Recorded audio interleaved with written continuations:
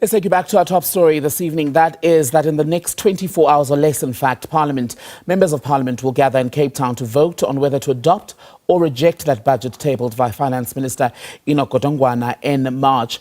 Earlier in Feb, you remember there was that hurdle when the sitting had to be called off at the 11th hour after parties, even in the Government of National Unity, said they simply would not endorse a budget that included an increase in value-added tax. Now it appears negotiations between the two largest parties in the GNU, the ANC and the Democratic Alliance, on that very issue have gone down to the wire. ANC National Spokesperson Mahlengi Bhengu-Motsiri here with me on SABC News in studio to talk about this. Mahlengi, good to see you. Good to see you too. Is there a deal? Has the ANC managed to find common ground with the DA to get their support for tomorrow? Not at this point, but I must say that negotiations between the ANC and with other parties are continuing. And so we do expect that budget will be able to vote and pass the budget tomorrow. You say negotiations with other parties and the DA are going ahead. Are these other parties outside the GNU? Is that who you're referring to? The ANC has been speaking to all parties. Remember, even when we set up the Government of National Unity, we went to all political parties. And of course, those that elected not to join the GNU did so.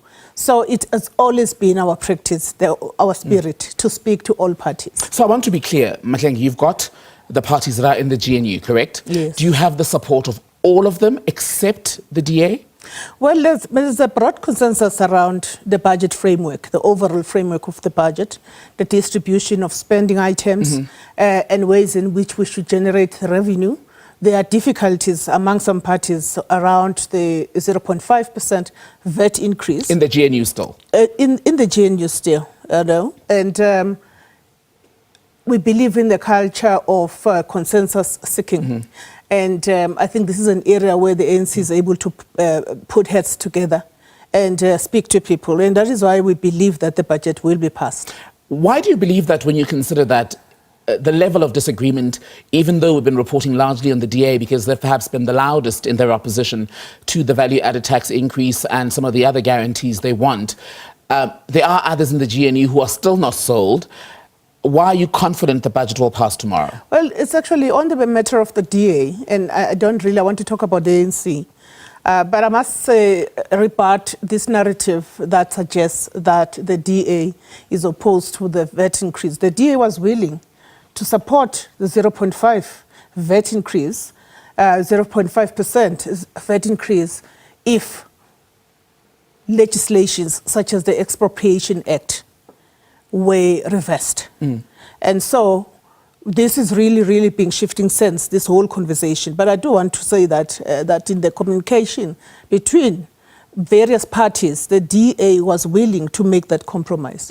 And John Steenhuisen said they would need those certain guarantees. One of the other issues the DA has been talking about is around ports and introducing privatization. The ANC says, well, absolutely not, because that is an issue beyond the budget. Is that still your position? A number of the demands that the DA seems or had made are matters that are not within the purview of the budget. Matters related to transformation policies of our country, redress policies. Even in the statement of intent to which they appended the signature of the DA, there's a very clear expression there. There's a clause that refers to the fact that getting into GNU, we were going to continue with the task of transforming South Africa, of applying redress as part of ensuring that all can enjoy the fruits of democracy and the kind of constitutional order that we have.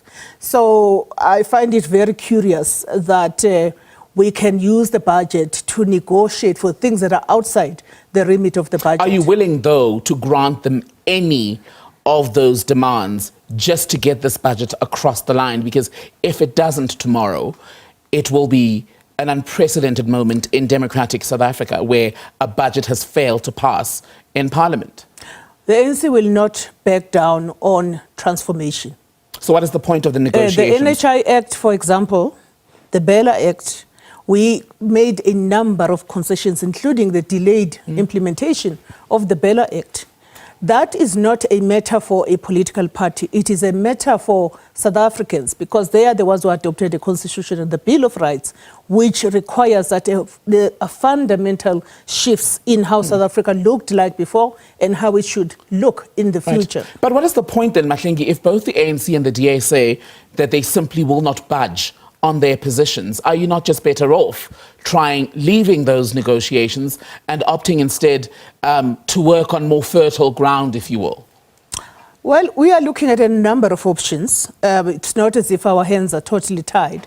And remember, the DA is just but one of the many parties in the government of national unity. The point I'm making, though, is are the talks with the DA not a waste of time, given that you're both not willing to budge? So why not spend your energies as the ANC on a more promising prospect, i.e. continuing to lobby those who are outside the GNU to vote with you tomorrow?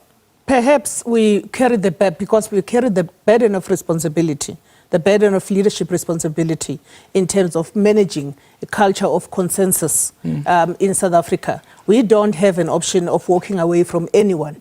They can walk away, but the ANC was established precisely to manage situations such as the ones that we're managing at the moment. And I really do believe that South Africa will emerge with a budget, and then we're going to focus on the issues of service delivery. But this was one of the warnings, right, when the Government of National Unity announcement was made, that ultimately it is such a varied selection of organizations, even in terms of policy and perhaps even ideology, that you were always going to butt heads. And at this point, the DA and the ANC have butt heads on several issues. Bella Act, expropriation, that's even going to play out in court. So do you regret that part of your, shall we say, polygamous marriage?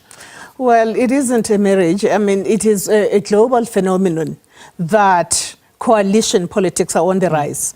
And coalitions, and in coalitions, of course, you do work with people that are on opposite ends of the political divide or of the ideological divide. It's not a new thing to South Africa. Even in the early 90s, when we went into government, there was a government of national unity. And but I do want to say that these are the signs of the times we're in, and we must manage it through negotiations. This is the price of not winning an outright majority, right? It is a price. Let me ask you this then: the EFF, we were hearing earlier in the day that the talks between the ANC and the EFF were promising. Are they ready to step in if at midnight tonight the DA and the ANC have still not agreed? Well, I think that question is best posed to the spokespersons. But you're speaking to them. What are they telling you? We are speaking to the EFF. Remember that the CIC, Julius Malema, indicated and made it clear to all in South Africa that they are willing to join the government of national unity. Of course, they would want what they stand for.